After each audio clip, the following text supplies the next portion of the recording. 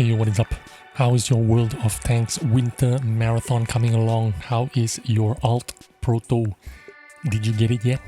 If you want to see more videos about the Alt Proto, let me know. I will make one more video about it. But right now we are in Supertest and there is a new tank that just dropped that is going to be highly compared to the Scorpion G. This is the ShPTK-TVP 100. It is a tank destroyer tier 8 premium from the Czechoslovakian line. We are going to look at all the stats and I'm going to tell you all the good and bad things about this tank. So watch until the end. First of all, we'll take a look at what this tank looks like. What it reminds me of is actually the Ripsaw. Have you guys heard of the Ripsaw? This is an American how and how tech, kind of like an R&D kind of fun tank, which the military actually accepted or took it on trial. They might use it. They might make it a remote tank. They might make it a drone tank with automatically firing machine guns or something on top. So this is what it looks like out in the wild.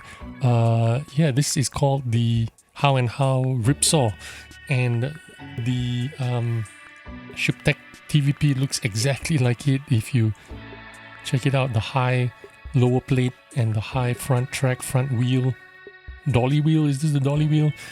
Anyway, this is the new tank that's in the Supertest right now, and I'm going to compare it to the Scorpion G because the Scorpion G is what it is the main competitor, and there's going to be a lot of difference between the two tanks. But because it looks almost similar, we're going to talk a little bit about it.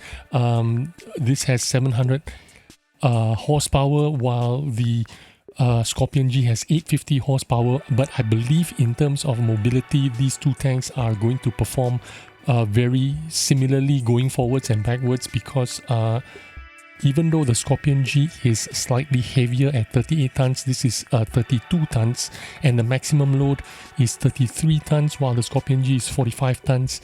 The power to weight ratio on this tank is 21.88, while the Scorpion G is 22.23. I feel these two tanks are going to be performing more or less the same in terms of going forwards and backwards. Top speed is 55 going forward, in reverse 20 kilometers an hour, while the Scorpion G is 60 forward and 20 in reverse. However, this tank has a little bit more agility because the hull rotation speed is 43.81, while the Scorpion G is 31.29. Gun rotation speed as well, 33.38, while the Scorpion G is like 28.25. So we are talking about agility like a light tank, medium tank, fast and agile tank. The Scorpion G is fast, but the Scorpion G is not agile.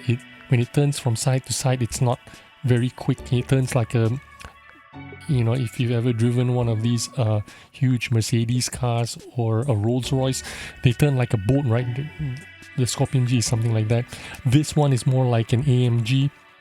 The hull rotation speed and the turret rotation speed is really good, so it turns very quickly. It will act like a medium, like a light tank. That is pretty good. The view range is 10 meters more than a Scorpion G. It's 370, while the Scorpion G is 360. It has no hull armor to speak of. 65 frontally, 65 millimeters frontally, better than a Scorpion G, which is only 30. But it is still a tank destroyer. It's not going to have much protection, whether it's frontally or from the side. There's no way you're going to side scrape or anything like this. This is going to be, in all intents and purposes, zero armor. So treat it as zero armor. The alpha damage, however, only 250 compared to a Scorpion G, which is 490, right? And the HE damage is 420, while the Scorpion G is something like 630. The penetration, however, is better than the Scorpion G, 250 on standard shells, 330 on premium shells, while the Scorpion G is 246 on standard shells and 311 on premium shells. Average damage per minute is 2086, while the Scorpion G is 2400. Reload time is very quick, 7.19 seconds. You can get this down to 5.5, 6 seconds reload time. That is the good thing about this tank. The Scorpion G takes 12 seconds. With all the bells and whistles, you can get it down to about 10 seconds. Here is where it is the sad part here, the saddest part about this tank. The dispersion is 0.39, while the Scorpion G is a 0.29. What is 0.39? This is the important part about this tank. It is the worst dispersion out of all tier 8 tanks. Okay, just for comparisons, the worst dispersions are tanks like the Chieftain T95, not the Chieftain in tier 10, the Chieftain in tier 8, 0.36 dispersion. Other tanks that have terrible dispersion, AMX M449, 0.36 dispersion. What else has terrible dispersion? AMX 5100, also 0.36 dispersion. What else has terrible dispersion? The AMX 30, the Proto, the Alt Proto also has 0.36 dispersion. Nobody liked the gun handling of that gun, but remember the AMX Proto Alt or the Alt Proto that you are grinding for right now has decent moving dispersion. So from the time it takes while it's moving to it's fully aimed, the penalties are not that great. The gun is still going to perform fairly okay-ish, not too terrible, even though it's 0.36 dispersion. The moving dispersion isn't bad, so the AMX 30 still ends up being a really good tank. However, this is a tank destroyer with 0.39 dispersion, the worst dispersion ever in any tier 8 tank. Okay, 0.39 dispersion, and remember, this is a tank destroyer, which means the moving dispersion is going to be terrible, just like a Scorpion G. If you turn the turret slightly, if you turn the hull slightly, the bloom is going to be basically bigger than your monitor before it starts to aim and shrink down into the full aim of 0.39, which isn't very great. It's going to be a huge, big reticle, which you're going to need improved aim to make it slightly smaller to make it playable. So this is the incredibly bad part about this tank, 0.39 dispersion.